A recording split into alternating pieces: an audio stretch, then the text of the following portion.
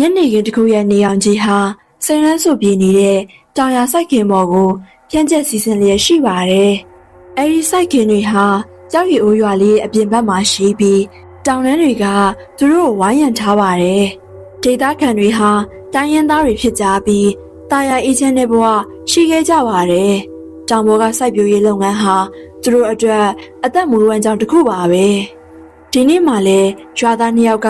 စိုက်ခင်ကြီးတစ်ခုနားမှာစကားပြောနေကြတာပေါ့။တယောက်ကတော့ကြောက်ရည်အိုးရွာတကြီးဦးတီပါဖြေးပြီးကျန်တယောက်ကတော့တကြီးရဲ့မိတ်ဆွေဦးတာဦးဖြစ်ပါတယ်။လေထဲမှာစိုက်ထားတဲ့ကောက်ပဲသီးနှံတွေကိုအချိန်မီခိုးစွတ်ကတင်ဖို့ရောင်းချမဲ့အကြောင်းပြောဆိုနေကြတာပါ။အဲ့ဒီအချိန်မှာပဲရွာပတ်လန်းတစ်လျှောက်ဆိုင်ငယ်စည်းတံတွေထပ်ပေါ်လာပါတယ်။တကြီးတို့အနားကိုရောက်တော့အဲ့ဒီဆိုင်ငယ်ကရက်သွားပါတယ်။ဆိုင်ငယ်ပေါ်ကသူဟာအသားညူညူသပင်ကရုံးပေါက်ကြီးနဲ့တကူလုံးမှာလည်းဆေးမင်ကြောင်တွေထိုးထားတာပေါ့။ဦးတီပါတို့မြင်တဲ့အခါဆိုင်ကယ်ဆက်ကိုတက်လိုက်ပြီးဦးလေးတို့တခုလောက်မေးရှင်လို့ဗျ။ဒီကနေအထက်မင်းသားမျိုးကိုဘယ်လိုဆက်သွားရမလဲ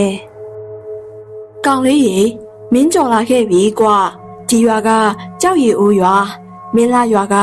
ဒီရွာကိုမရောက်ခင်လမ်းဆောင်ရဲ့ဘဲဘက်ကိုချိုးဝင်သွားရမှာကွာ။အဲဒီကနေတန်းတန်းဆက်သွားလိုက်ရင်အထက်မင်းလာကိုရောက်ပြီ။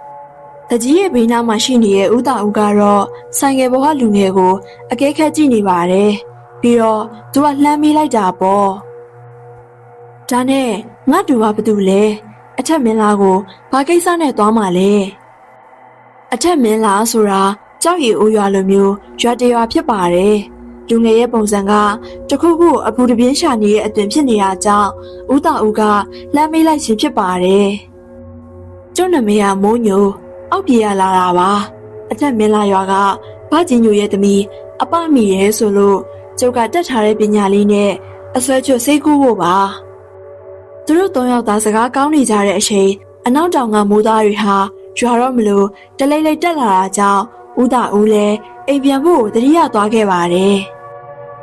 ဒီပရေငါတို့လည်းပြန်ကြရအောင်ကွာဟိုးအနောက်ဘက်ကမိုးရီမဲလာပြီမိုးမိရင်တော့ဟာငါကောင်ရမိုးမီတော့ချမ်းတာပေါ့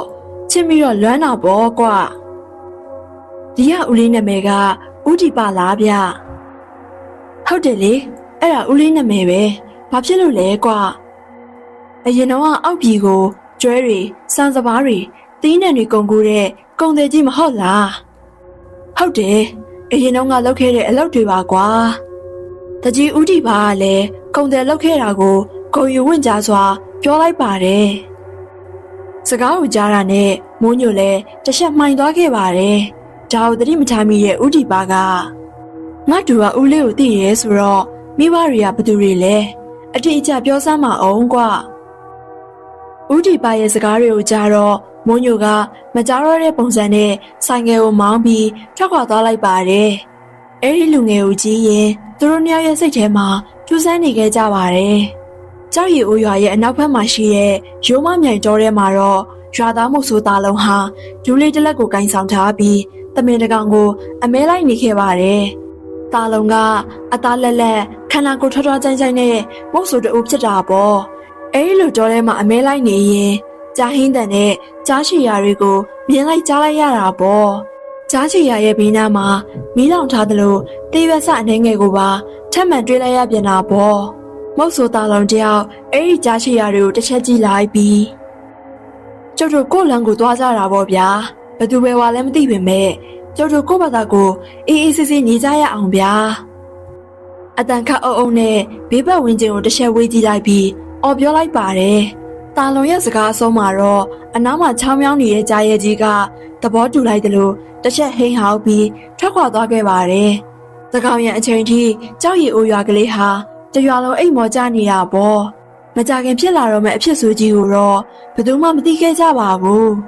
အဲဒီလိုညတကောင်ရအချိန်တကြီးဦးတီပါရဲ့မိန်းမဖြစ်သူဒေါ်နန်းခန့်ဟာအဖို့အပါသွားချင်တာကြောင့်အောက်ထက်ကိုရေနံစီမေးရိတ်လေးကင်ပြီးဆင်းလာခဲ့ပါတယ်အောက်ထက်မှာတော့ခွေးမလေးမိတူဟာအမောင်ထဲကိုဆူဆိုင်ကြည့်ရင်ကြောက်ရွံ့စွာနဲ့တအီအီညင်းညူနေတာပေါ့ကျုပ်တရဲ့အိမ်နောက်ဖေးကနေအတန်ကြားလိုက်တာကြောင့်ဒေါ်နန်းခန့်လည်းအပေါ့သွားဖို့အရင်မလုပ်ပဲအိမ်နောက်ဖေးကိုအရင်သွားလိုက်ပါတယ်စိတ်ထဲမှာတော့ တားဖြစ်သူမောင်ပုံညာဖြစ်မယ်လို့တွေးထားခဲ့တာပေါ့ပုံညာဟာရွာကုန်းနောင်ကိမ်မြနေနဲ့လမ်းခွဲပြီးကလေးက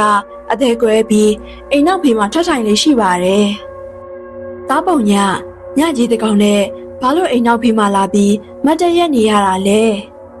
ဒေါ်နန်းခန်းရဲ့စကားကိုအမောင်တွေကလူကပြန်မဖြေပါဘူးရေနံစီမီးရင်လေးကိုမြောက်ကြည့်လိုက်တဲ့အခါမှာတော့ရက်နေတဲ့သူဟာပုံညာမဟုတ်ပဲတခြားသူဖြစ်နေရဲဆိုတာသိလိုက်ရတာပေါ့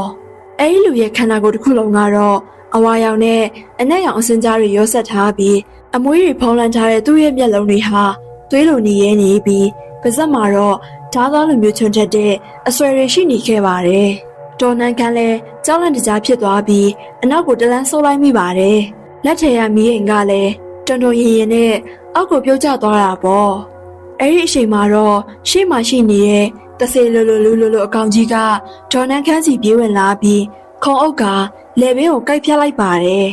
ဒေါ်နန်းခန်းခမအတန်တော်မထွက်နိုင်ပဲနေရာမှာချင်းပွဲချင်းပြီးတည်ဆုံးသွားပါတယ်အသားကိုကိုက်ဖြတ်စားတော့နေတဲ့အတန်အယိုးကိုကြွဝါးနေတဲ့အတန်တွေကတိတ်ဆိတ်နေတဲ့ညကိုဖြိုခွင်းလိုက်ပါတယ်မိရင်လေးကိုကိုင်းပြီးအိမ်အောက်ကိုဆင်းသွားတဲ့ဒေါ်နန်းခန့်ပြန်မလာသေးရကြောင်းယောက်ျားဖြစ်သူဦးကြည်ပါလဲစိတ်ပူလာတာနဲ့တံမီးကိုကိုင်းပြီးအိမ်အောက်ထဲကိုဆင်းလာခဲ့ပါတယ်အိမ်သားဘက်ကိုသွားကြည့်လိုက်တော့ဘယ်သူမှမတွေ့ရနဲ့အိမ်နောက်ဘက်ကိုသွားကြည့်လိုက်ပါတယ်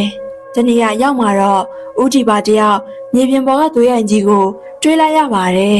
အနားမှာလည်းရေနံစီမီးရင်လေးကကြောက်ွယ်လို့နေရပေါ့ဦးကြည်ပါဟာရင်ထဲစိုးရိမ်သွားပြီးသားဖြစ်သူပုံရကိုအမြန်နှိုးလိုက်ပါတယ်။သားလေးပုံရထကွာငါတို့အမြန်လိုက်ရမယ်။ဖယားမင်းအမေအသက်ကိုမှီပါမလားမသိပါဘူးကွာ။သားဖားနှစ်ယောက်သားရင်တထိတ်ထိတ်နဲ့သွေးစီချောင်းအတိုင်းရှည်ရခမ်းပြီးလိုက်လာခဲ့ကြပါတယ်။သွေးဆက်တွေဟာလေကွင်းစိုက်ကွင်းတွေကိုကြော်ဖြဲပြီးတောအဆက်မှာပဲအဆုံးသက်သွားခဲ့ပါတယ်။အဲ့ဒီနေရာမှာရုပ်ပြက်စင်ပြက်တည်ဆုံးနေပြီဖြစ်တဲ့ဒေါ်နန်းခန့်ရဲ့ရုပ်အလောင်းကိုတာဖာနှစ်ယောက်မြင်လိုက်ရပါတယ်။ပုံညလည်းကိုယ့်မျက်လုံးကိုမယုံနိုင်ဖြစ်သွားပြီးအမေဆိုကအော်ဟစ်ငိုကြွေးပါတော့တယ်။အခြေအနေကအတော်လေးကိုဆိုးရလာတာကြောင့်ဦးတီပါလည်းအိမ်ကိုအမြန်ပြန်ပြီးမောင်းထုကရွာသားတွေကိုစုစည်းလိုက်ပါတယ်။ညသကောင်ကြီးထွက်လာတဲ့မောင်းတန်ကြောင့်တရွာလုံးလောရဖြစ်သွားခဲ့တာပေါ့။တကြီးဒီအချိန်ကြီးဘာလို့မောင်းထုရတာလဲဗျ။ဘာအရေးကြီးကိစ္စရှိလို့လဲ။ဦးတီပါလည်းဝမ်းထဲကြေကွဲနေတဲ့အတန်နဲ့ရွာသားတွေကိုပြောလိုက်ပါတယ်။ငါမိမကွာနန်းခမ်းကြားဆွဲလို့တည်ပြီအလောင်းကိုတော့ဟိုးတောဆက်မှာတွေ့ရတယ်။အဲဒီကိစ္စအသိပေးဖို့ရယ်ပြီးတော့မနှက်ဖြန်လုံးမဲ့နိုင်ကိစ္စအတွက်ခေါ်လိုက်ရတာပဲ။ဒီထက်အရေးကြီးတာကကြားအန်ဒီကိုတတိပေးဖို့အတွက်ပေါ့ကွာ။ဦးတီပါက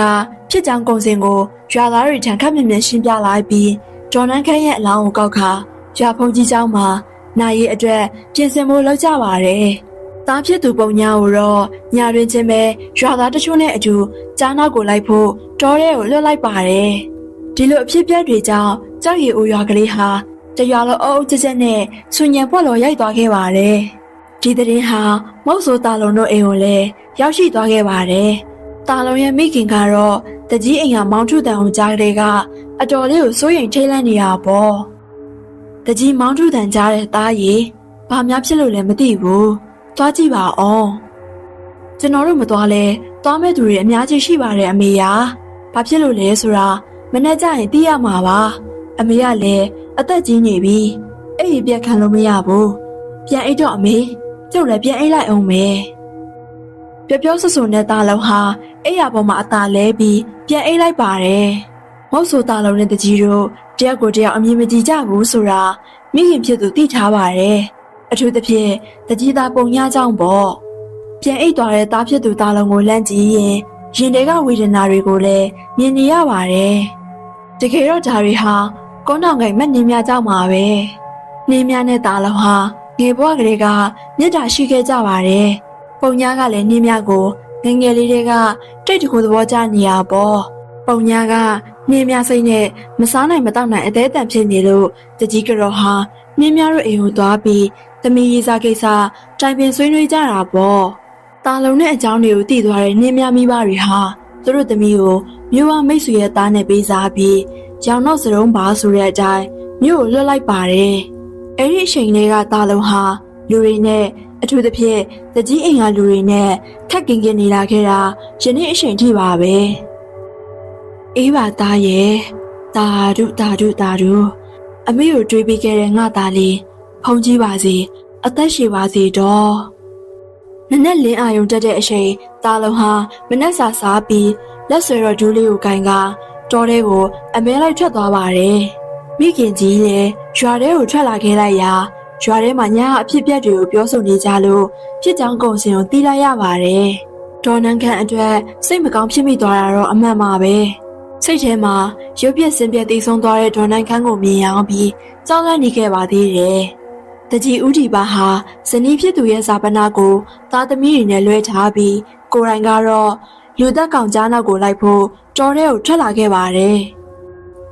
တို့တွေခုချိန်လိုက်ရင်အဲ့ဒီကြောင်မိဘအောင်မလားဗျာကြားဆွဲသွားတာကညတဲကဆိုတော့ဒီကောင်ကြီးတော်တော်ဝေးဝေးကိုရောက်နေလောက်ပြီတကြီးက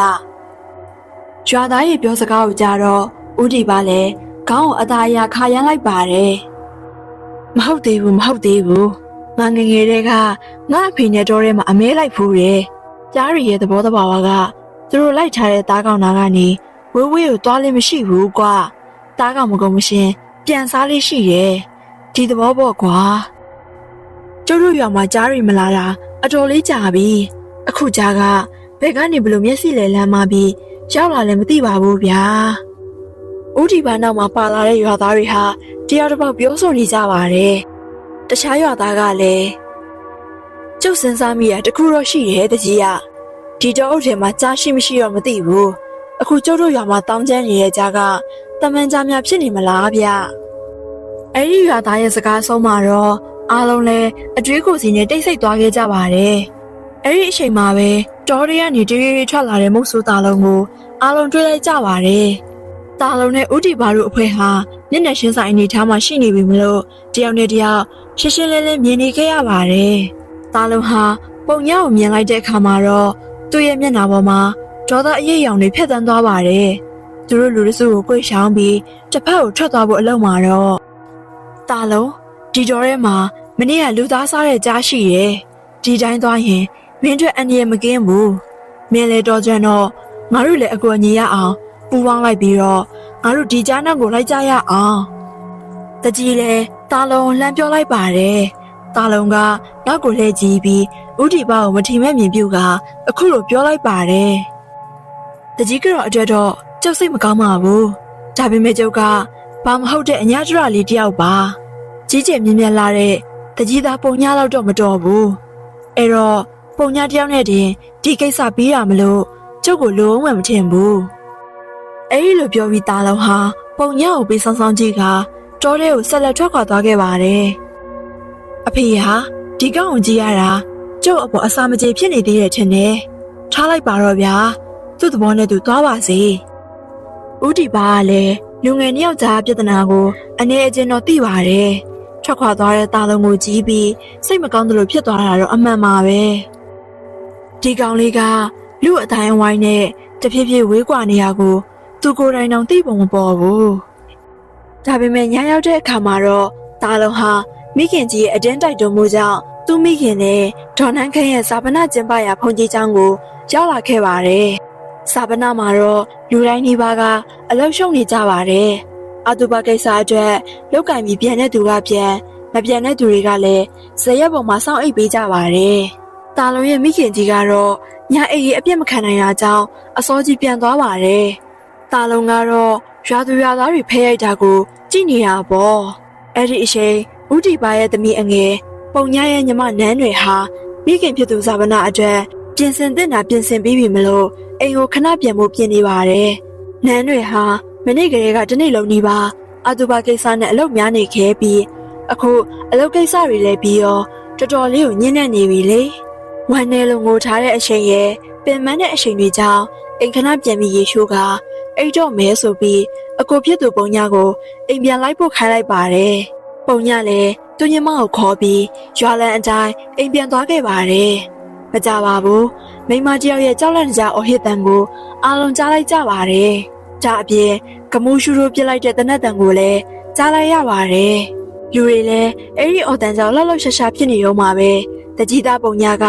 အလင်းအမြန်ပြေးဝင်လာပြီးမိုးတန်ကြီးနဲ့ဦးဒီပါကိုပြောလိုက်ပါတယ်အဖေညီမလေးကိုကြားဆွဲသွားပြီဗျကျုပ်တနက်နဲ့အမြန်ပြစ်တယ်ကြားကြီးကတအားမြန်လွန်းတယ်မမီလိုက်ဘူးအဖေဟာကျုပ်အပြစ်တွေပါဟာခွေးကောင်မင်းတော်အသုံးမကျပါလားငါပေးထားတဲ့ကြည်စံတွေနဲ့မပြစ်ဘူးလားကွာငါသမီးလေးဘာမှမဖြစ်ပါစေနဲ့ဖះဦးဒီပါလေဒေါသတကြီးပြောဆိုနေပြီးကြားဆွဲခံရတဲ့နေရာကိုကမူရှူတိုပြေးသွားခဲ့ပါတယ်အခင်းဖြစ်ရနေရာရောက်တဲ့အခါမှာတော့သွေးဆက်တွေနဲ့ကြားချီရာတွေကိုခြေရခံပြီးလိုက်ကြည့်ခဲ့ပါတယ်နောက်ဆုံးဒေါဆက်နားလေးရဲ့စမ်းကြောင်းမီးနားမှာအဲ့ဒီသွေးဆက်တွေဟာအဆုံးသတ်သွားပါတယ်ကန်ဆိုးသူနန်းတွေကတော့ခြုံပုတ်ထဲမှာအသက်ဝိညာဉ်ကင်းမဲ့နေပါပြီအလောင်းတစ်ခုလုံးကတော့ရုပ်ပြက်ဆင်းပြက်ဖြစ်နေပါတယ်ငယ်ရွယ်နုနယ်တဲ့အမျိုးသမီးဖြစ်တာကြောင့်လယ်ပင်တွေခါးရိုးတွေမှာကျိုးပဲ့နေတဲ့အယိုးအပိုင်းစားတွေကမြေပြင်ပေါ်မှာပြန့်ကျဲလျက်ရှိပါတယ်တကြီးဖြစ်သူဦးဒီပါကလည်းသမီးဖြစ်သူရဲ့အလောင်းဘေးနားမှာရုပ်သေးကျိုးပြက်လဲကျသွားခဲ့ပါတယ်ငါဘာရီများလောက်ခဲ့မိလို့လဲအပြစ်မရှိရဲ့ငါသမီးလေးဘာလို့ဒီလိုဖြစ်ရတာလဲသူ့မှာဘာအပြစ်မှမရှိပါဘူးငါမိမနဲ့တည်းမလုံလောက်လို့အခုငါအချစ်ဆုံးသမီးလေးကိုပါခေါ်သွားရတာလားဘေးမှာလိုက်ပါလာကြတဲ့ရွာသားတချို့နဲ့အတူတာလုံးလည်းအတော်လေးကိုစိတ်မကောင်းဖြစ်သွားပါတယ်တာလုံးဟာပုံညာနဲ့တကြီးကြောင်မကျေနပ်ဘူးဆိုပေမဲ့ငငယ်လေးတွေကမျက်စိအောက်မှာကြီးပြင်းခဲ့တဲ့နန်းတွေကိုတော့တန်ရောစင်ရှိပါတယ်အနီးနားမှာရှိတဲ့သွေးဆက်တွေနဲ့အတူကြားရှည်ရာတွေကိုတာလုံးရှာဖွေနေမိပါတယ်တမီနဲ့ဟိုတီတီထိုးကြည့်လိုက်တဲ့အခါမှာတော့နှာခေါင်းထဲမှာသွေးညီနှံတဲ့အတူဆူရှာတက်မွေးရတဲ့တစ်ခုကိုပါရလိုက်ပါတယ်အဲ့ဒီအချိန်မှာပဲရွာသားတဦးရဲ့ဝမ်းနဲ့ကြေကွဲနေတဲ့အတန်နဲ့ဦးတီပါကိုလမ်းသတိပေးလိုက်တဲ့အတန်ထွက်ပေါ်လာခဲ့ပါတယ်တကြီးကျုပ်တို့ဒီလောင်းကိုဘယ်လိုဆက်လုပ်ကြမလဲဗျာရွာသားတယောက်ရဲ့စကားကြောင့်တတိပြောင်းဝင်လာတဲ့ဦးတီပါကမျက်ရည်တွေကိုအမြန်ဆုံးတုပ်လိုက်ပါတယ်လောလောဆယ်တော့ငါသမီးကိုဘုန်းကြီးကျောင်းဈေးရဲကိုပဲယူသွားကြတာပေါ့ရွာတွေကတက်တီကောင်းတဲ့မိန်းမကြီး၃ယောက်ကိုခေါ်ပြီးငါသမီးခန္ဓာကိုယ်ပေါ်ကသွေးတွေကိုတန့်ရှင်ရင်လှုပ်ခိုင်းလိုက်ပါကွာသူ့အမေရဲ့အလောင်းဘေးနားမှာပဲပြင်ပေးလိုက်ကြပါရွာသားကိုမှာပြီးရနဲ့ဦးတီပါဟာမုတ်ဆိုးတာလုံးဘက်ကိုလဲပြီးအခုလိုပြောလိုက်ပါတယ်တာလုံးမင်းဒီလိုပဲနေတော့မှာလားလူဘယ်နှယောက်တည်တဲ့အထိမင်းဘေးထွက်နေအောင်မှာလဲကွာတာလုံးကတော့ဘာမှပြန်မပြောဘဲမြေပြင်ပေါ်ကတဲလွန်စားတွေကိုသာဆက်လက်ရှာဖွေနေခဲ့တာပါဒါပေမဲ့သူ့အပြုတ်မှုတွေဟာတစုံတစ်ခုကိုနက်နက်စဉ်းစားနေပုံရပါတယ်ကိုတာလုံးအပြင်သူတို့တစ်ဖွဲ့လုံးလည်းအတိအကျသိရမယ့်တဲလွန်စားကိုရှာဖွေနေခဲ့ပါတယ်နောက်နေ့မနေ့ရောက်တဲ့အထိတဲလွန်စားရှာဖွေနေရကမပြီးသေးပါဘူးတကြီးသားပုံရကတာလုံးကိုနှာခေါင်းရှုံကကြည့်လိုက်ပါတယ်ဟေးငါတို့မုတ်ဆိုကြီးလေလေးတလုံးမိုးတလုံးနဲ့ပြီးတော့ဖြစ်ဘာမှလည်းအရာမရောက်ဘဲနဲ့ကွာပုံညာကအဲ့ဒီလိုပြောပြီးမထီမဲ့မျက်ကြည့်တွေနဲ့တာလုံးလမ်းကြည့်လိုက်ပါတယ်ပုံညာစကလုံးတွေကြောင့်တာလုံးတယောက်မျက်ခုံးတွေရှုံသွားပြီးအတော်လေးကိုစိတ်အနှောက်အယှက်ဖြစ်သွားခဲ့ပါတယ်ဦးဒီပါလည်းပြဿနာတွေထပ်မတက်ချင်တော့တာကြောင့်ပုံညာနဲ့သူ့အဖော်တွေကိုဖုန်ကြီးကျောင်းထံပြန်လွှတ်လိုက်ပါတယ်သူကိုယ်တိုင်ကတော့တာလုံးနဲ့အတူကြားနောက်ကိုလိုက်ဖို့ဆုံးဖြတ်ခဲ့ပါတယ်ဒီတစ်ခေါက်တော့မိတ်ဆွေဖြစ်တဲ့ဦးတာအောင်ကလည်းမနေနိုင်တော့ပဲကြားနောက်ကိုခြေရခံလိုက်ဖို့ဦးဒီပါတို့အဖွဲ့နဲ့ကြံရစ်ခဲ့ပါတယ်ဒီပါမစိတ်အထင်တော့ဟိုကောင်ပြောသူတို့တမန်ကြားများဖြစ်နေမလားမသိဘူးဦးဒီပါလည်းမျက်ခုံးကြုံပြီးစဉ်းစားနေလိုက်ပါတယ်ဒါတွေကမှန်းယုံပဲရှိသေးတယ်ကျတို့မျက်ဝါးထင်မမြင်ရသေးပဲမှတ်ချက်ပေးလို့မရဘူးတာလုံးလဲတဖြည်းဖြည်းတဲလွန်စာရှာရဲနဲ့တကြီးကတော့ဒေါ်နန်ခန်ကြားဆွဲခံရတဲ့နေရာကိုရောက်လာခဲ့ပါတယ်တာလုံးမင်းတို့စစ်ဆေးတွေလုပ်နေတာဘာတွေတွေ့လို့လဲကွာတွေ့ရင်လဲငါတို့အကြောင်းကြားပါအောင်ကွာကျုပ်နန်းတွေကြားဆွဲခံရတဲ့နေရာမှာမတင်ကားစရာအငွေအသက်တွေရပါမယ်တက်တွေရှာမတွေ့သေးဘူးဗျတကြီးကတော့ကြားဆွဲခံရတဲ့နေရာကိုလည်းတခါမှမစစ်ကြည့်ရသေးဘူးလေတခါတလေကျုပ်တို့မမြင်လိုက်တဲ့နေရာကနေတဲလွန်စားတစ်ခုလွတ်သွားမှဆိုလို့ပြောဆွဆွနဲ့တာလုံးလဲကြားရှည်ရာတွေသွေးကွက်တွေရှိတဲ့နားကို ပတ်စိတ်တိုက်ရှာပါတော့တယ်အဲ့ဒီအချိန်မင်းညာကရခဲ့တဲ့တစ်ကလေးဖြူနှံကိုတာလုံပြန်ရလာခဲ့ပါတယ်မကြပါဘူးသွေးရည်စွန်းနေတဲ့တရွက်6တွေကြားထဲကနေလိတ်ခွေပြီးရှုံထွက်နေတဲ့တရွက်လေးတွေထွက်လာပါတယ်ဟမ်ဒါကိုပြောက်အင်းမလားတာလုံဟာတကြီးဥတီပါရဲ့လက်ဖွားတဲ့အဆိုပါအရွက်ကလေးကိုထဲလိုက်ပါတယ်တကြီးဒါကိုတမန်းကိုပြောက်အင်းလို့ခေါ်ရဲဗျ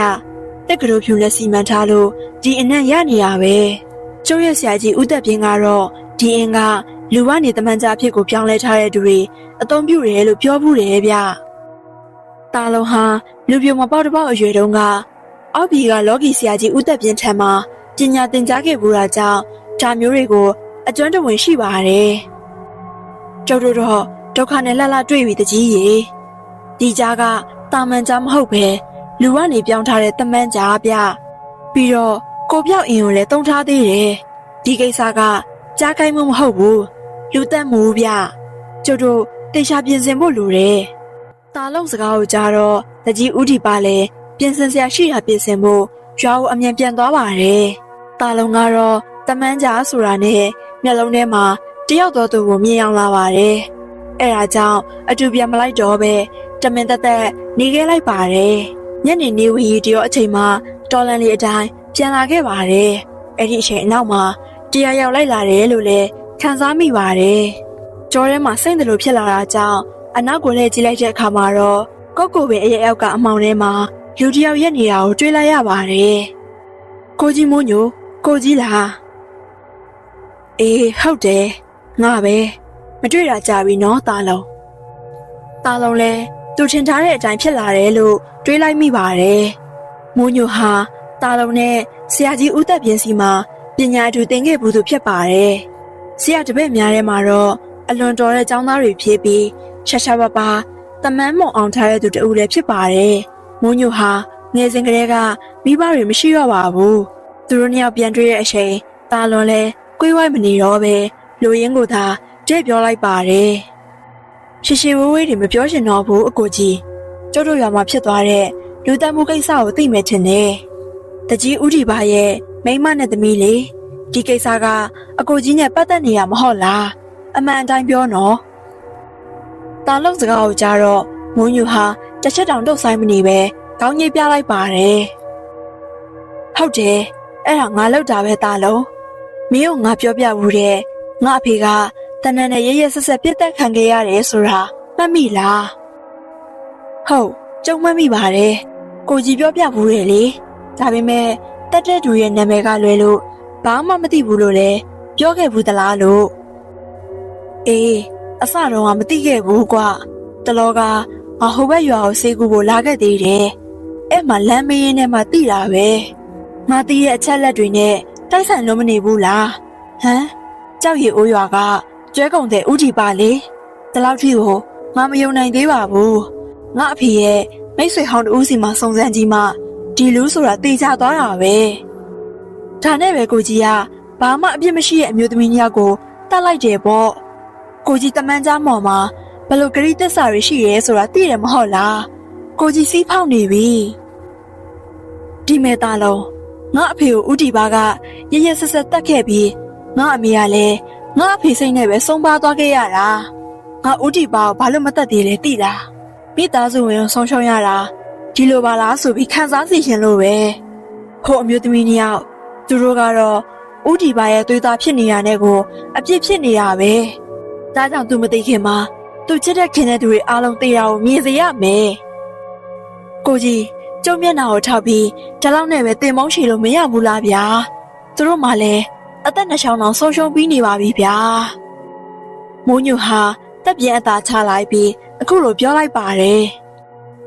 အခုငါမင်းကိုလူလုံးထွက်ပြတာကငါတို့ကပညာသင်ကြီးအကိုတွေပါလားဆိုတော့လက်ကျန်တန်ရောစင်ကြောင့်ပဲငါတို့ရက်မှာမဟုတ်ဘူးတာလုံးအဲ့တော့မင်းပါမှဝင်မပါပါနဲ့တက်နိုင်ရင်ရှောင်နေပါမဟုတ်ရင်တော့ဆရာတူတပည့်ဖြစ်နေလေငါအညာမှာမဟုတ်ဘူးငါပြောချင်တာအဲ့ဒါပဲမိုးညိုကတာလုံးပြောပြရနဲ့ချက်ချင်းပဲအမောင်ရိတ်ထဲကိုဝင်ရောက်ပြောက်ွယ်သွားပါတော့တယ်တာလုံးလည်းပြန်လာရင်မိုးညိုပြောခဲ့တာတွေကိုတေချာပြန်စဉ်းစားမိလိုက်ပါတယ် သူ့အနေနဲ့မိခင်ကြီးကိုခေါ်ပြီးလွတ်ရရှောင်လို့ရပေမဲ့တေချာတွေးကြည့်ရင်သူကဒီကြောက်ရည်အိုးရွာလေးကိုတန်ရောစင်ရှိလွန်နေပါတယ်။တကယ်တမ်းဖြစ်လာရင်ရွာသားတွေပဲအရင်ဆုံးထိခိုက်မှာမဟုတ်လား။တာလုံးလဲဆုံးဖြတ်ချက်တစ်ခုကိုပြပြတသားရှာပြီးခြေလမ်းတွေကိုတကြီးအိမ်စီဦးတည်လိုက်ပါတော့တယ်။သူကတကြီးစီသွားပြီးတော့ကိုပြောက်တမန်ကြအကြောင်းပြောပြလိုက်ပါတယ်။ဦးဒီပါက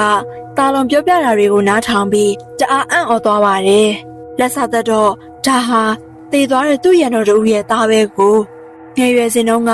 ဦးဒီပါဟာစီးပွားပြိုင်ဖက်တူနဲ့ပြိုင်ဆိုင်ကြရင်တစ်ဖက်ကအကောက်ကြံလို့ဒေါသအလျောက်ခြေလွန်လက်လွန်ရှိခဲ့ပူပါတယ်။အခုတော့တန်တရားတစ်ပတ်ပြန်လဲလာပြီပေါ့လို့သူတွေးမိပါတယ်။ဦးဒီပါနဲ့တာလွန်ပုံညာတို့ကတကြီးအိမ်မကြီးနဲ့ခြံဝင်းကိုအဆောင်အထက်ထက်ချထားပြီးတမန်ကြောကိုစောင့်ဆိုင်နေပါတယ်။ဒါပေမဲ့မမျောလင့်ထားတာကသူတို့ရင်ဆိုင်နေရတာကကြားမဟုတ်ပဲညံနေညံနဲ့များတဲ့လူတစ်ယောက်ပါပဲ။အဲညမှာပဲတကြီးကြော်နဲ့နန်းတွေတို့ရဲ့အလောင်းပြင်ဆင်ထားတဲ့ဇရက်မှာတမန်ကြားလာရောက်တိုက်ခတ်ခဲ့ပြီးလူအတော်များများဒဏ်ရာရကတချို့ဆိုတေးကြီးကုန်ကြပါတယ်။ပုံညာကတော့အလွန်အမင်းအောင်ဒေါသထွက်နေတာပေါ့။တိတ်တော်တဲ့မုတ်ဆိုးကြီးတာလို့ခမညာဒီမှာမင်းတလွဲတွေစီစဉ်လို့ဒီလူတွေတေးရတာကွာဒီမှာစောင့်နေတဲ့အဆောင်တွေကိုသာတကြီးအိမ်မကြီးမှသာမတိုးခဲ့ရင်သူတို့တွေတေးမှမဟုတ်ဘူး။တာလုံးဟာမြေပြင်ပေါ်မှာပြန့်ကျဲနေတဲ့သွေးတန်တရေရဲ့အလောင်းတွေကိုကြည့်ပြီးအင်မတန်မှစိတ်မကောင်းဖြစ်ခါတိတ်ဆိတ်နေပါတယ်။ပုံညရဲ့စကားကိုတော့မှပြန်မတော့ပြန်နိုင်တော့ပါဘူး။ကြောက်ရည်အိုတရွာလုံးဝမ်းနဲ့ကြေကွဲမှုတွေနဲ့အုပ်ဆိုင်နေပါတယ်။နောက်တနေ့မနေ့ရောက်တာနဲ့တကြီးကဆုံးဖြတ်ချက်တစ်ခုအမြန်ချလိုက်ပါတယ်။တမန်ကြရန်ကြောင့်စာပနာရီဆက်လို့မဖြစ်တော့ပါဘူး။အဲဒါကြောင့်တကြီးကတော့နန်းခမ်းသမီးလေးနန်းတွေနဲ့ကွယ်လွန်သူရွာသူရွာသားတွေကိုအာချင်းမိတကြိုလိုက်ပါတော့တယ်။ကွယ်လွန်သူမိသားစုရဲ့ငိုတန်ကလည်းစုညံ့နေရပေါ့။ဒါပေမဲ့ဒီလိုမှမလုပ်ရင်ဖြစ်မှမဖြစ်တော့ပဲ။ဒီလိုမှမဟုတ်ရင်တမန်ကြရဲ့နောက်ကိုစိတ်ဖြောက်ဖြောက်နဲ့လိုက်နိုင်မှာမဟုတ်ပါဘူး။နေ့လယ်ဘက်မှာတော့တကြီးဦးတီပါကအာကောင်းမောင်းတန်တတိကောင်းတဲ့ရွာသားတွေကိုစုစည်းပြီးညကြရင်ကိုပြောက်တမန်ကြကိုဘယ်လိုရင်ဆိုင်ရမယ့်အကြောင်းတိုင်ပင်ကြပါတယ်။အဲ့ထဲမှာတာလုံးတော့မပါပါဘူး။တာလုံးဟာမင်းညာကဖြစ်သွားတဲ့ကိစ္စတွေကြောင့်ခြောင်ဖယ်နေပြီးတေရှာစန်းစားသုံးသပ်နေပါတယ်။စိတ်ထဲမှာတော့မိုးညိုကသူချစ်ခင်ရင်းနှီးခဲ့ရတဲ့ဆရာတို့အကိုကြီးမဟုတ်တော့သလိုပါပဲ။ညနေဆောင်တော့ဦးတာဦးနဲ့သမီးဖြစ်သူအောင်မတို့တာလုံးစီကိုရောက်လာပါတယ်။မောင်တာလုံးမင်းတို့တကြီးကအခေါ်ခိုင်းလိုက်တယ်။မင်းညာကကိစ္စကိုစိတ်ထဲမထားပါနဲ့ကွာ။ပုံညာကလည်းစိတ်ကြိုလို့ပြောလိုက်မိရပါတကယ်တော့မင်းနဲ့ဘာမှမဆိုင်ပါဘူးငါမျက်နှာထောက်ပြီးလိုက်ခဲ့ပါကွာတာလုံးကလည်းငကိုတွေကစိတ်ဆိုးလို့မဟုတ်ပဲစဉ်းစားဖို့လိုလို့သာအိမ်ပြန်လာခဲ့တာကြောင့်ချက်ချင်းပဲပြန်လိုက်သွားပါတော့တယ်ဟိုရောက်တော့တကြီးဦးတီပါကအသေးအရှာစီမံထားတာကိုတွေးလိုက်ရပါတယ်အမျိုးသမီးတက်ကြီးရွယ်အိုတွေနဲ့ကလေးတွေကိုအိမ်ထဲမှာတကားပိတ်နေစေပြီးတိမ်ဝင်ပရိတ်ကျိုးတွေနဲ့အိမ်တွေကိုစီးချခိုင်းပါတယ်တကယ်နေရာတကြီးအိမ်မကြီးပတ်ပတ်လည်မှာတော့အတန်မြည်စေတဲ့အုံလက်ချောက်တွေကိုကာယံစီမံထားစေပါတယ်။တချို့ကခြံပတ်လည်မှာရှိတဲ့တစ်ပင်ကြီးတွေပေါ်မှာလင်းစင်ထိုးကနေရာယူထားကြပြီးတချို့ကအိမ်ခေါင်မိုးတွေပေါ်မှာနေရာယူထားကြပါတယ်။အစီအစဉ်ကတော့ကိုပြောက်တမန်ကြလာလို့အဲ့ဒီအုံလက်ချောက်တစ်ခုခုကိုနင်းမိတဲ့အခါအတန်ထွက်လာရင်အဲ့ဒီနေရာကိုဝိုင်းပစ်ကြဖို့ပါပဲ။ဒီဒုက္ခပေးလို့တဲ့တမန်ကြလာပါစေအောင်။ဒီတိမ်ဝင်ကြီးစံတဲ့ကိုတကောင်လုံးမွားစာကျင်းနေအောင်ပြစ်ပြမယ်မိသားစုဝင်တွေဆုံးရှုံးသွားရတဲ့ရွာသားတွေရဲ့စိတ်ထဲမှာလည်းဒေါသတွေနဲ့ပြည့်နေပါတယ်တာလုံးကဗကြီးတာအုံနဲ့အတူအနီးနားမှာရှိတဲ့လက်စင်တစ်ခုပေါ်မှာနေရာယူထားပါတယ်သူတို့တွေကတမန်ကျောင်းကိုစောင့်ဆိုင်ရင်ညကတဖြည်းဖြည်းနဲ့လာပါတယ်လက်စင်ပေါ်မှာဝိတ်နေကြတဲ့တာလုံးနဲ့ဦးတာအုံမှာတော့တာလုံးကမုတ်ဆိုးဖြစ်လို့ကိစ္စမရှိပေမဲ့ဦးတာအိုကတော့တောင်သူဖြစ်တဲ့အပြင်အသက်လည်းကြီးရကြောင်းငြိမ်ငြိမ်မထိုင်နိုင်ပဲတလလဖြစ်နေပါတယ်။ဘာကြီးငြိမ်ငြိမ်ထိုင်နေဗျာ။ဘာကြီးလှုပ်ပုံနဲ့တေကုံတော့မှာပဲ။အဲ့ဒီအချိန်မှာပဲတင်ငိမ်အိဆက်ကကြောက်ဖို့ကောင်းတဲ့အတန်ကညအချိန်မှာပြန့်လွင့်လာပါတယ်။တာလုံးမင်းကငါအတန်တန်တတိပေးခဲ့ရဲ့နဲ့မင်းကသူတို့ကိုရွေးချယ်သွားတာပဲ။မင်းနဲ့ငါတန်ရောစဉ်ဒီမှာပြီးသွားပြီ။မင်းအသက်ကို ဖက်နဲ့သာထုတ်ထားပြီးတော့တပြိုင်တည်းမှာပဲလေထဲမှာစူးရှားတဲ့ရင်နှံစီရင်နှံကပြန့်လွင့်လာပါတော့တယ်။ရုတ်တရက်ကာယံထားတဲ့အုံလက်ချောက်တွေဟာမိဆွဲခါထလောင်ပါတော့တယ်။ကြောချမ်းပွေရဲတဲ့နက်နက်ကြီးကလည်းပြန့်လွင့်လို့ပေါ့။အုံလက်ချောက်တွေကိုလောင်တဲ့မိကများလွန်းတာကြောင့်ပတ်ဝန်းကျင်ဟာလင်းထိန်သွားပြီးလင်းစင်တွေပေါ်မှာအိမ်ခါမိုးတွေပေါ်မှာပေါင်းအောင်နေကြတဲ့ရွာသားတွေကိုရှင်းရှင်းလင်းလင်းမြင်နေရပါတော့တယ်။သူတို့ကြံစီထားတာတွေမှန်သမျှဟာအကုန်တဲတဲ့ရည်သွန်ဖြစ်သွားရပါပြီ။တမန်ကြမိုးညိုလည်းအတန်နဲ့ကြီးနဲ့ရင်နေရင်အခုလိုပြောလိုက်ပါတယ်။အော်ကိုတိတ်ဟုတ်လာပြီထင်နေကြတယ်ပေါ့။အခုတော့တစ်ကန်လွတ်နေတဲ့မြောက်တွေလိုပါပဲလား။အကုန်လုံးဖမ်းပြီးအယူရောအသားပါဝါစားပစ်မယ်။ဘယ်သူမှမကြံစီရဘူး။အဲ့ဒီအချိန်မှာပဲတမန်ကြအဖြစ်အတွင်ပြောင်းထားတဲ့မိုးညိုဟာတကြီးသားပုံညာရှိရာအပင်ပေါ်ကိုတက်လာပါတယ်။ဖိုးဝရေတမန်ကြလာပြီပြေးတော့တမန်ကြမိုးညိုကဦးတီပါရဲ့မျိုးဆက်သွေးသားကိုအတိတ်ကပြစ်မှတ်ထားပြီးတိုက်ခိုက်နေပါတယ်။ပုံညာနဲ့ရွာသားတယောက်ကလင်းစင်ပေါ်ကနေအမြန်ခုန်ဆင်းပြီးအိမ်မကြီးဘက်ကိုပြေးကြပါတယ်။အကြမတော်အကြောင်းပုံညာဟာခြေထောက်တစ်ဖက်မျက်ကနေဖြစ်သွားပေမဲ့အာတင်းကဆက်ပြီးပြေးနေပါတယ်။တာလုံးနဲ့ဦးတာကိုအပါအဝင်လင်းစင်ပေါ်ကရွာသားတွေလည်းခုန်ချပြီးအသက်လူပြေးကြရပါတယ်။သူတို့ကြံစီထားသမျှအကြံစီဟာအကုန်ပြည့်စည်သွားပါပြီ။အခုကစပြီးမိစင်ကြီးကားရတော့မှာပါ။ရွာလူကြီးဦးတီပါကတော့အလွန်စိုးရင်တော့ကရောက်ပြီးဒေါသထွက်နေပါတယ်။တော်တော်လေးပြီးညံနဲ့များတဲ့တမန်ကြပဲ။တာလုံးရေဒီတိုင်းဆိုရင်တော့တို့များအသက်ဟာမလုံခြုံတော့ဘူးကွာဘယ်လိုလုပ်ကြမလဲ။တာလုံးလဲအိမ်မကြီးပေါ်မှာလူစုံမစုံတစ်ချက်စစ်ဆေးလိုက်ပါတယ်။ပုံညာဟာလည်းလုံချုံပါပဲ။တကြီးဘာမှစိတ်မပူပါနဲ့ကျတို့စီမှာရှိနေရကတိမ်ဝင်ကြီးစံတွေပါဗျ။ဒါရီနဲ့ဆိုချက်ကောင်းကိုမထင်ရင်တော့တမန်ကြကပူလောင်ပြီးသေလိုက်မယ်ဗျ။အဲ့ဒီအချိန်မှာပဲတမန်ကြဟင်းတန်ဟာအိမ်ရှိတီကိုရောက်လာပါပြီ။တာလုံးလဲအချိန်ဆိုင်မနေတော့ပါဘူး။သူကဆရာကြီးတက်ပြင်းလက်ထွက်တပည့်တယောက်ပဲလေ။သူကရွှွနွားရုပ်ကလေးတယောက်ကိုလက်မှာထားပြီးတိုင်တယ်လိုက်ပါတယ်။ဒါဟာတိုက်နွားပါပဲ။စကားဆုံးတာနဲ့တာလုံးလက်ထဲကတိုက်နွားရုပ်ကလေးဟာမျက်စိအောက်မှာပဲတဖြည်းဖြည်းကြီးလာပြီးအသက်ဝင်လာပါတယ်။အဲ့ဒီအချိန်မှာပဲအုံးလက်မီးကအလင်းတွေရဲ့အယောင်နဲ့ကရုံးပေါက်ကြီးမျက်လုံးနီလူတယောက်ပေါ်လာခဲ့ပါတယ်။သူ့လက်ထဲမှာလည်းမိချင်းနဲ့ရေနံစီဘောကိုကင်ထားပါတယ်။တိုက်နွားကအချိန်ဆိုင်မနေပဲတမန်ကြမိုးညိုစီကိုအားနဲ့မှန်နဲ့ပြေးဝင်သွားပါတယ်။တိုက်နွားချင်းနားကိုရောက်တာနဲ့မိုးညိုကရေနံစီဘုံနဲ့မိချစ်ကိုလှမ်းပစ်လိုက်ပါတယ်။မိချစ်စီနဲ့ထိမိရဲ့မော်တိုက်နွားကြီးဟာဝုန်းကနေပောက်ကွဲသွားကမြေမုံများအဖြစ်လွင့်ထွက်သွားပါတော့တယ်။အိမ်ခါမိုးပေါ်မှာရှိနေတဲ့ဦးတီပါဟာရွာသားများကိုချက်ချင်းအမိန့်ပေးလိုက်ပါတယ်။ပြစ်ကြဟေးပြစ်ကြတနက်တန်တိုင်းတိုင်းနဲ့ပတ်ဝန်းကျင်တစ်ခုလုံးရန်နှန်းတွေနဲ့မှွန်ထူသွားပါတယ်။တမန်ကြမိုးညိုကတော့ပျောက်ခြင်းမလားကိုပျောက်သွားပါပြီ။မကြခင်မှာပဲအုံလက်ချောက်တွေကိုဆွဲတဲ့မိဟာအိမ်မကြီးကိုကူးလာတာကြောင့်ဦးတီပါပုံညသားလုံးနဲ့ရွာသားတွေကမိဘလွတ်ရအိမ်အောက်ကိုခုံစင်းကပြေးကြရပါတယ်။ဒီတစ်ခါခုံအချမှာတော့အကြမတော်ပဲတာလောက်ချီချင်းဝဲဟာလိန်သွားပါတော့တယ်။တာလုံးလဲနောက်ကိုဒီရွတိုက်ဆွဲကဘေးလွတ်ရမှာပုံနေရပါတယ်။ပတ်ဝန်းကျင်တစ်ခုလုံးလဲစူညံပွက်လော်ရိုက်နေပြီးရွာသားတွေဟာအိမ်ပေါ်ကနေတဝုံဝုံခုန်ချနေကြပါတယ်။တချို့ရွာသားတွေဟာတမန်ကြားစာဖြစ်သွားရပြီးမိုးညိုကတော့ပွဲတော်တွေ့နေတာပေါ့။ရွာသားတွေစားခံနေရတာကိုမြင်နေရတဲ့ဦးတီပန်းနဲ့ပုံညာကမချစ်တင်ကဲခံစားနေရပါတယ်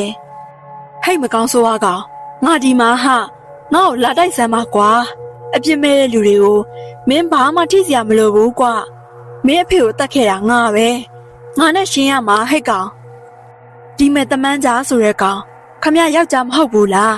ယောက်ျားဆိုယောက်ျားလို့ရှင်းရရမှာပေါ့ခမခုလုံနေတဲ့ပုံစံကမိမလို့မိမရနဲ့ခွေးတော့တော့အဆင်မရှိပါလားတာဖန်ယောက်ထောသားတကြီးပြောဆိုနေအောင်မှာပဲသူတို့နာကိုခြေထောက်နာနေတဲ့တာလုံတယောက်ရောက်လာပါတယ်တာလုံရောက်လာပြီးတိတ်မကြခင်မှာပဲထူးဆန်းအံ့ဖွယ်တစ်ခုဖြစ်လာပါတယ်အဲ့ဒါကတော့ရုပ်ချင်းခွဲမရအောင်ဒူးပြီးဒူးလေးကင်နာကအစာတူတဲ့နောက်ထပ်တာလုံတယောက်ရောက်လာလို့ပါပဲ အားလုံးလည်းတတိအနေထားဖြစ်ကုန်ကြပါတယ်ဘယ်ဟာကတာလုံးအစ်စ်အမှန်သူတို့မှမသိတာကိုတယောက်ကအစ်စ်ဆိုတယောက်ကအတူအတူကတမန်ကြားဖြစ်နေရပါအဲ့ဒီအချိန်မှာပဲတာလုံးအစ်စ်ကထအော်လိုက်ပါတယ်တတိထားအဲ့ဒါတမန်ကြားပဲဗျအစားခံရလိမ့်မယ်မင်းရပဲတမန်ကြားဆိုတာပိုဖြစ်နိုင်တာမဟုတ်ဘူးလားကွာတာလုံးအစ်စ်နဲ့အတူဟာတယောက်နဲ့တယောက်ဒူးလေးတွေနဲ့ချိန်ထားကြပါတယ်ငါတို့တွေတပြိုင်နက်တည်းဒူးလေးကိုပြိုင်တူချကြမယ်လက်ခံလားလက်ခံတယ်တာလုံးနှစ်ယောက်ဟာတယောက်ကိုတယောက်စိုက်ကြည့်နေကြပြီးဒူးလေးကိုပြေပြေချင်းချနေကြပါတယ်ဦးဒီပါပုံညနဲ့ရွာသားတွေဟာလည်းမျက်တောင်မခတ်စတမ်းစိုက်ကြည့်နေကြပါတယ်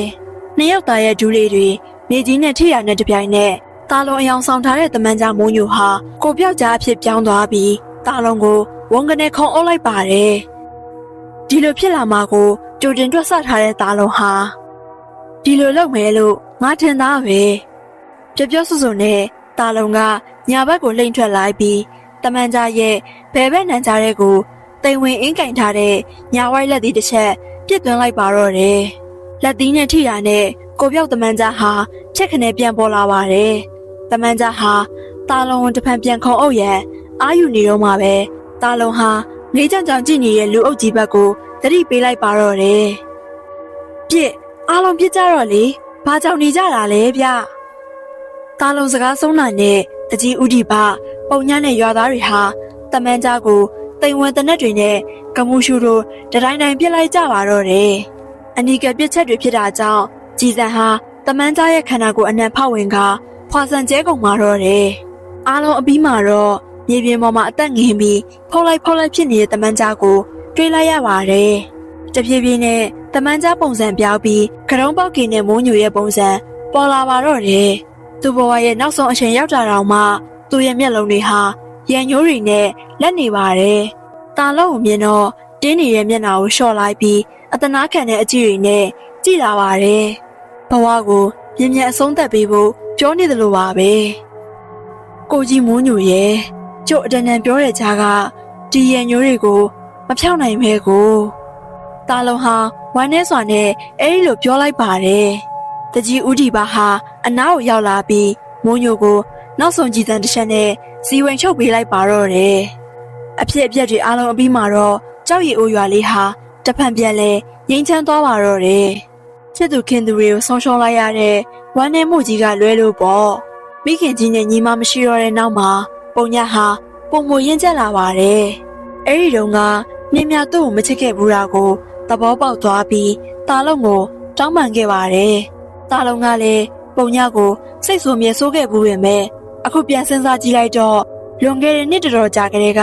တခြားသူနဲ့အိမ်အောင်ပြုတ်သွားတဲ့အချစ်ဦးလေးနေများဟာတပြေးပြေးမှောင်ဝါလာပါပြီလူဘဝဆိုတာတူတူလေးပါပဲတာလုံးလဲပုံညကိုခွင့်လွှတ်လိုက်ပြီးအရင်ကြီးဆုံးတငယ်ချင်းတွေအဖြစ်နေထိုင်သွားခဲ့ကြပါတယ်တာလုံးကလူမှုအတိုက်အဝန်းရက်ရည်ရွာရေးတွေမှာလည်းပို့ပြီးပါဝင်လာပါတယ်ဝမ်းသာနေတဲ့သူကတော့မိခင်ကြီးဒေါ်သေးဝါပေါ့ဒီဇက်လန်လေးမှာအဓိကပြောချင်တာကတော့ရန်ညိုးမပြေနိုင်တဲ့အညိုးအတိတ်စိတ်ပါပဲသူတစ်ပါးကိုဖျက်ဆီးတယ်လို့ကိုပါပြန်ပြက်စီးစေတဲ့ဒေါသရန်ညိုးစိတ်ကိုအတက်နိုင်ဆုံးမထားကြတာကောင်းပါတယ်ဒီနေ့ရဲ့ဇက်လန်လေးကတော့ဒီလောက်ပါပဲရှင်အဆုံးထိကြည့်ရှုပေးကြတဲ့ပရိသတ်တယောက်ရှင်စီတိုင်းကိုလည်းကျေးဇူးအထူးပဲတင်ရှိပါတယ်